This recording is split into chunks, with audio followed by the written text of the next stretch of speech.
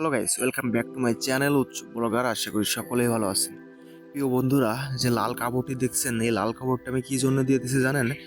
রাত্রে এখন প্রচুর পরিমাণে কুয়াশা পড়তেছে, যাতে কুয়াশা না ঢোকে এই জন্য লাল কাপড়টি দিয়ে দিছি।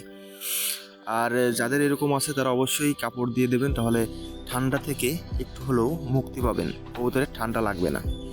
তো সকালবেলা কবুতরের ঘরে চলে আসলাম, কবুতরের ঘরটি খুলবো। আর আমি কবুতর পালন করি শখ করে, শখের পাশাপাশি যদি টুকিটাকি হাত খরচের একটা আর্নিং আসে তাহলে ক্ষতি কী?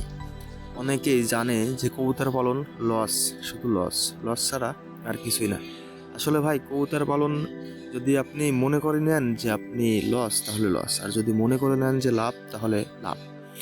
কেননা কবুতর আপনার সেরকম কবুতর পাললে লস হতেই পারে। আর দেশি কবুতর যদি আপনি পালন করেন, লস মানে 90% ধরতে গেলে লস নাই, বুঝেছেন? আর এই কেউ মানে লস খায় না দেশি কবুতর পালন করে, আমার আজ পর্যন্ত শোনা নাই। আর যদি লস খায়ও থাকে তাহলে তার ম্যানেজমেন্টের একটা ব্যাপার আছে, সেই জন্য সে হয়তো লস খেয়ে যেতে পারে।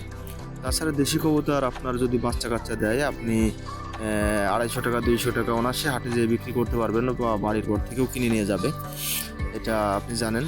তো এদের বাচ্চা বিক্রি করেই আপনার যে ওদের খাবারটা আছে, খাবারটা কিন্তু কিনে ওদের আবার খাওয়ানো যাচ্ছে। আর দেশি কবুতর, জ্বালালি কবুতর একসঙ্গে মিশ্রিতভাবে পালন করলে হয় কি, ওরা বেশিরভাগ সময় মাঠ থেকে খাবার খেতে অনেক পছন্দ করে। তো এইটা হচ্ছে ভালো একটা দিক। ওরা মাঠ থেকেই খাবারটা খেয়ে আসে, আর খাবার খরচটা একটু হলেও কম লাগে। তবে আপনি যে দামি দামি ইসের কবুতর পালন করতে যাচ্ছেন, আপনার সেভাবে সামর্থ্য না থাকলে আপনি কিন্তু লস খাইতে পারেন।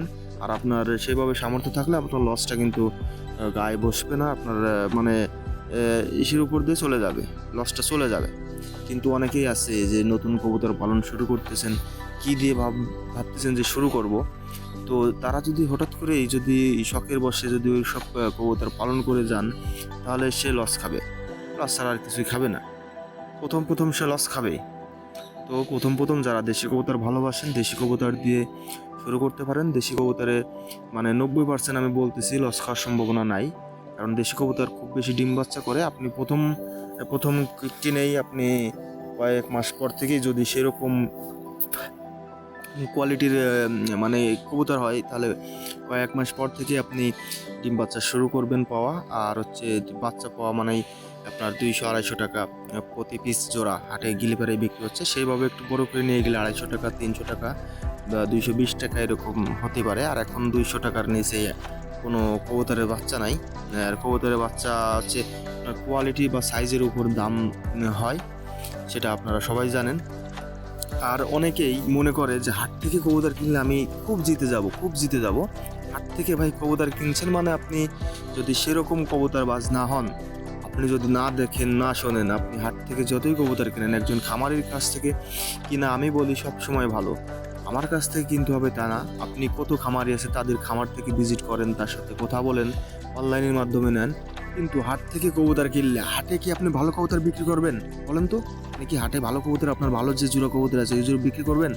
হাট থেকে ভাই কবুতর কিনে প্রচুর পরিমাণে লস খাইছি, আমার জীবনে লস খেয়ে আস এই পর্যন্ত। হাট থেকে কবুতর কিনছি, হয় বাঞ্জা হয়, আর নাই রোগা হয়, আর নয় আপনার একটা ডিম দেয়, একটা ডিম দেয় না, বা যে কোনো একটা সমস্যা আছে, এই জন্য হাটে রানিং কবুতরগুলো বিক্রি করে। তাছাড়া কেউ রানিং দেশি বলেন যাই বলেন, কেউ ভালো কবুতর ভাই হাটে বিক্রি করবে না। এখন ডিসিশন আপনার, টাকা আপনার। আপনি আপনার মতো যদি কম দামে পান, তাহলে আপনি যেখান থেকে পারেন সেখান থেকে কালেকশন করেন। তবে হাট থেকে কালেকশন করতে গেলে ভাই একটা সাবধানতার সঙ্গে কালেকশন করবেন, শেষে সস্তার 12 অবস্থা হয়ে যাবে। তো সবাই ভালো থাকবেন, সুস্থ থাকবেন। আজকের ভিডিওটা এখানেই শেষ করছি।